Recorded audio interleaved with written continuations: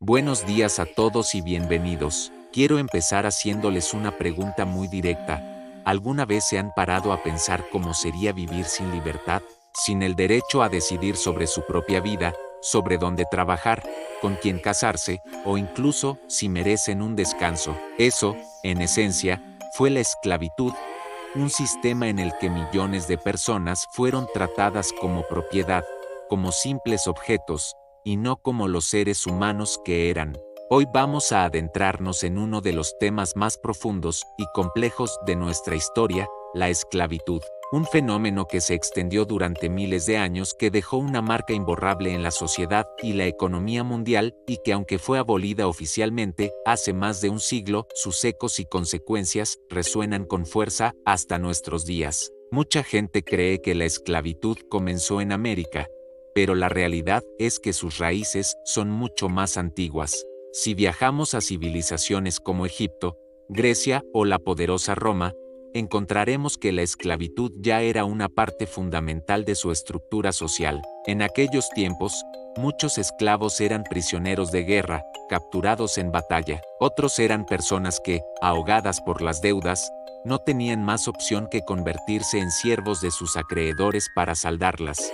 Durante la Edad Media en Europa, aunque el sistema feudal era diferente, existían formas de servidumbre muy parecidas, donde los campesinos estaban atados a la tierra y carecían de libertad plena. Sin embargo, todo cambió drásticamente con la era de los descubrimientos. En los siglos XV y XVI, con la colonización de América, la esclavitud adquirió una dimensión completamente nueva, una escala brutal y, por primera vez, un componente racial muy marcado. Millones de africanos fueron arrancados de sus hogares, de sus familias, de su cultura, y transportados a la fuerza al otro lado del mundo para trabajar en condiciones infrahumanas. Y esto nos lleva a uno de los episodios más trágicos de la historia de la humanidad, la trata transatlántica de esclavos. Se estima que, entre los siglos XVI y XIX, más de 12 millones de africanos fueron capturados y embarcados a la fuerza en barcos negreros con destino a América. Las condiciones de ese viaje eran un verdadero infierno. Imaginen a cientos de personas encadenadas en las bodegas, con apenas espacio para moverse, con poco aire, sin higiene y con alimentos insuficientes para sobrevivir.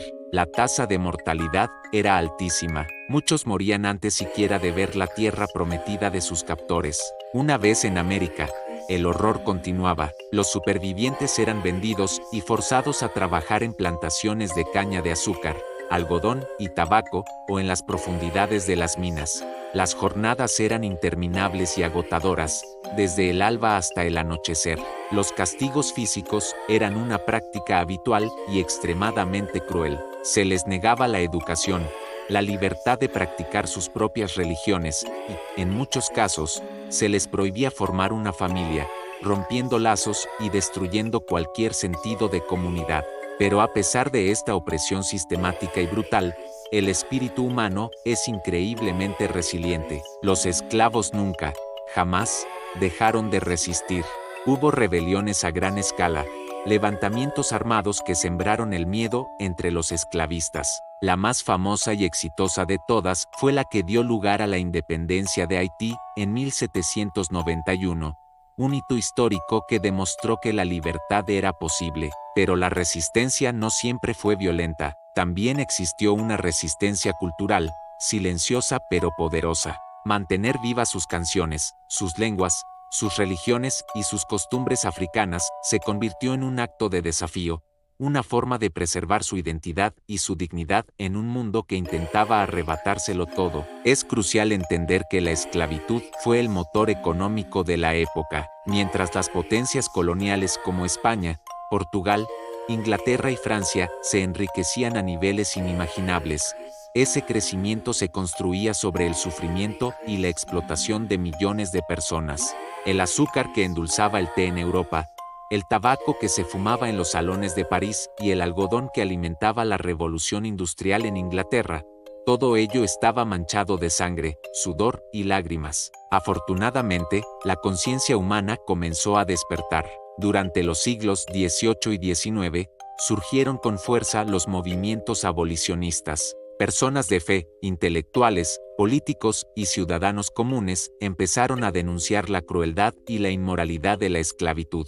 La lucha fue larga y difícil, pero poco a poco empezaron a verse los frutos. Como mencioné, Haití fue el primer país del mundo en abolir la esclavitud tras su revolución, convirtiéndose en la primera república negra libre de la historia, un faro de esperanza para millones. El Reino Unido, una de las mayores potencias esclavistas, prohibió primero la trata de esclavos en 1807 y luego abolió la esclavitud por completo en sus colonias en 1833. En Estados Unidos, la cuestión de la esclavitud fue tan divisiva que condujo a una sangrienta guerra civil, y no fue hasta 1865 que finalmente fue abolida en todo el país. En América Latina, el proceso fue gradual, pero implacable. Cuba, una de las últimas grandes economías esclavistas, la abolió en 1886, y Brasil, el país que recibió la mayor cantidad de esclavos africanos, fue el último del continente en hacerlo en 1888.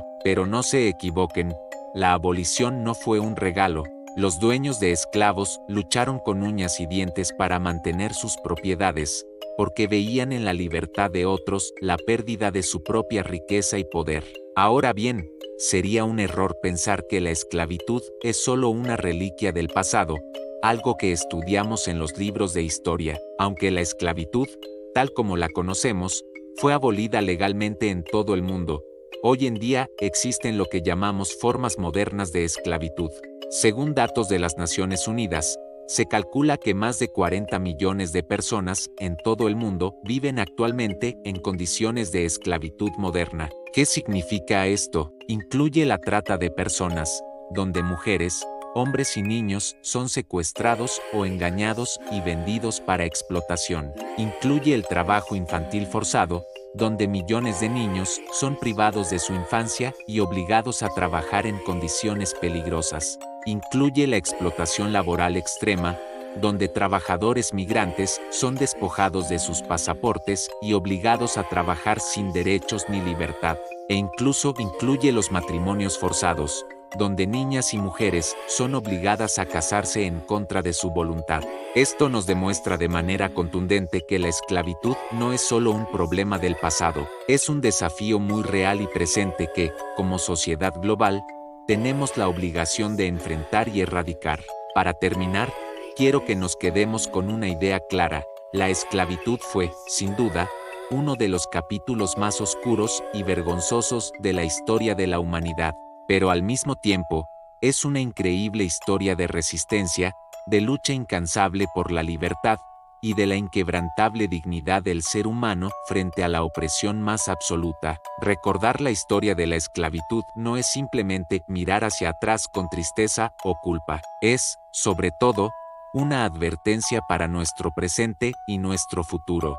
Nos recuerda lo frágil que puede ser la libertad y lo fácil que es deshumanizar al otro. Si millones de personas fueron despojadas de su libertad en el pasado, hoy nosotros tenemos la responsabilidad moral de defender esa libertad, en todas sus formas y para todas las personas, sin excepción.